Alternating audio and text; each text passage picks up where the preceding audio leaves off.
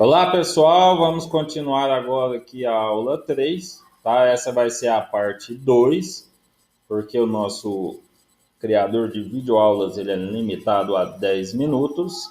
Vamos continuar então aqui a aula 3. Nós estamos inserindo valores na tabela, excluindo colunas. Nós não colocamos os nomes das colunas, certo? E fizemos aqui o último exemplo. Agora, eu quero inserir dados colocando o nome das colunas. Essa é a forma correta. Essa é a forma que nós devemos fazer para diminuir aí a possibilidade de erros. Porque quando eu falo quais colunas que eu quero colocar, eu já coloco ali os campos. E não necessariamente tem que ser na ordem, como era aqui no comando de cima. Tá? Eu posso colocar na ordem que eu quiser. Um exemplo, insert into aonde? Na tabela cliente.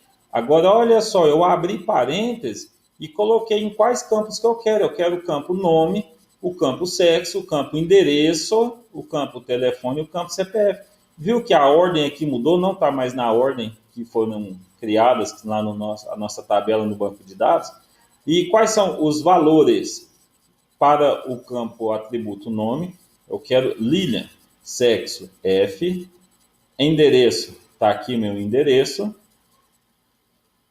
telefone e CPF, correto? Copiei,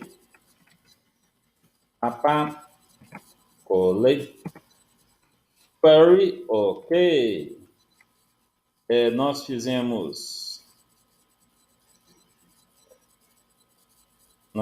aqui agora com as colunas, né? Observamos que a gente misturou a ordem, né? Pode ser na ordem que a gente quiser.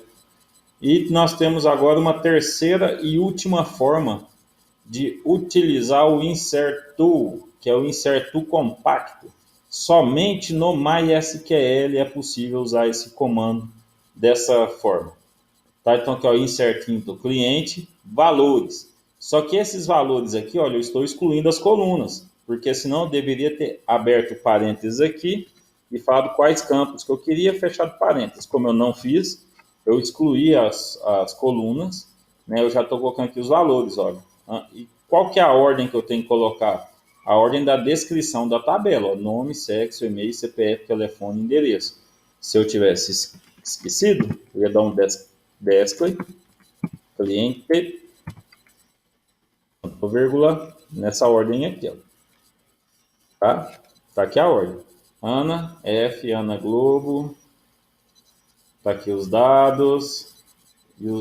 Aí eu fechei parênteses, que eu terminei todos os dados dessa tupla, vírgula, abri parênteses e coloquei os dados da segunda tupla. Se eu quisesse colocar mais, era só digitar vírgula aqui de novo, abrir parênteses, colocar todos os dados, fechar parênteses, certo? Posso fazer isso quantas vezes eu quiser. Mais prático, né?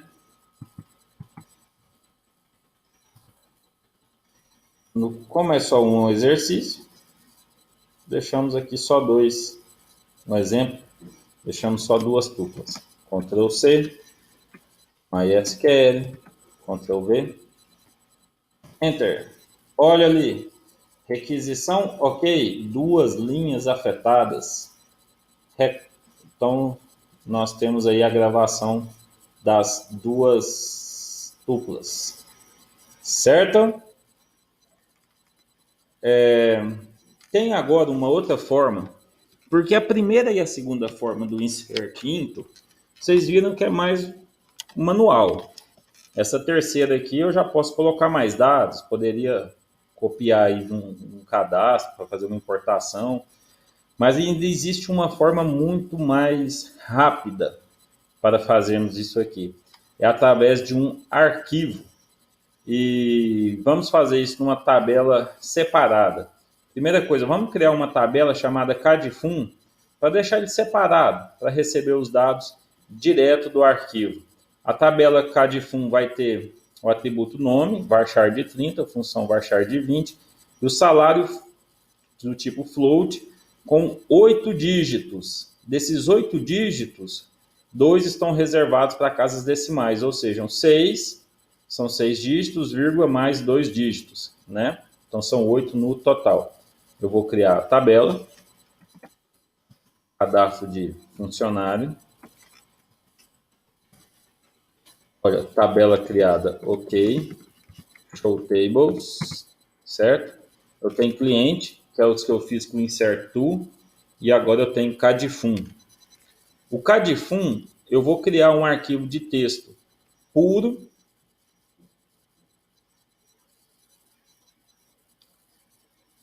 para ficar mais fácil, pessoal. Na aula a gente criou no endereço aí mais longo, eu vou colocar na raiz do drive C. Tá? A raiz do drive C é mais fácil.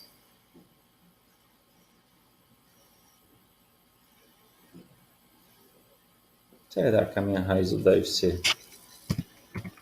está protegida? Vamos salvar lá, a gente descobre. E qual que é a ordem que eu vou ter que colocar aqui agora na raiz do drive C? Essa ordem aqui, olha, nome, função, salário. Então, eu vou colocar nome,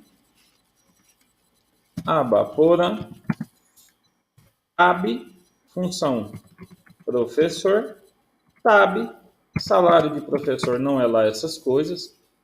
Como é o padrão numérico, as minhas casas decimais é com ponto, não é com vírgula.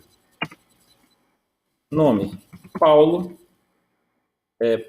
função, ele é analista.